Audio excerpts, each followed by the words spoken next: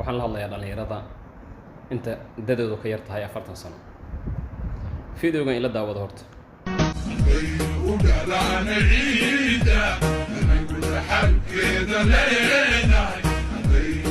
fiidiyowga markaan daawanay ka boganay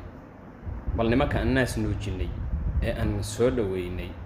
waa oromay waa miskiin aynu leenahay mid kamid ah afkayna hooyo nagu dhax bartay qoraalka uu soo qorayna daawada qoraalka ila akhri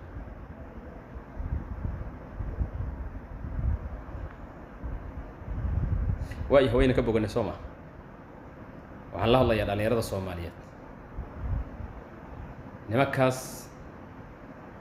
gacan kulul ha lagu qabto waxaan la hadlayaa dhalinyarada Soomaali galbeed waa inaad urur ka madax bannaan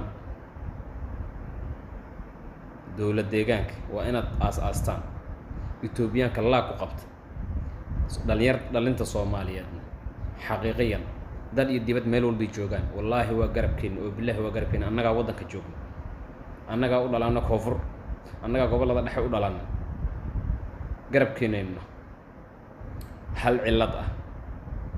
oo alla ilaahay haddaad ka saartaan hal qodob haddaad ka saartaan meesha weey oo insha Allah mar kale aan ka soo live baan soo galiyaa ama video dhameystirna ka soo sameeyay haddii aad leedmo dhalinyarada Soomaali galbeed aniga kula hadlayo hal qodob lagu guuleysan karo hal habeen ay wax ku suurta gali karaan baa jira waa hadii laga saaro nidaamyada idii degan bay kamid yihiin hayeeshee nimankaas garabkeenayna nahay Itoobiyaanka hana laga qabto halkooda ha lagu celiyo yeena ka soo gudbin wajaale iyo Soomaali galbeed yeena soo dhaafin dib ha loo celiyo ayagii hooyadood la ka lagu qabto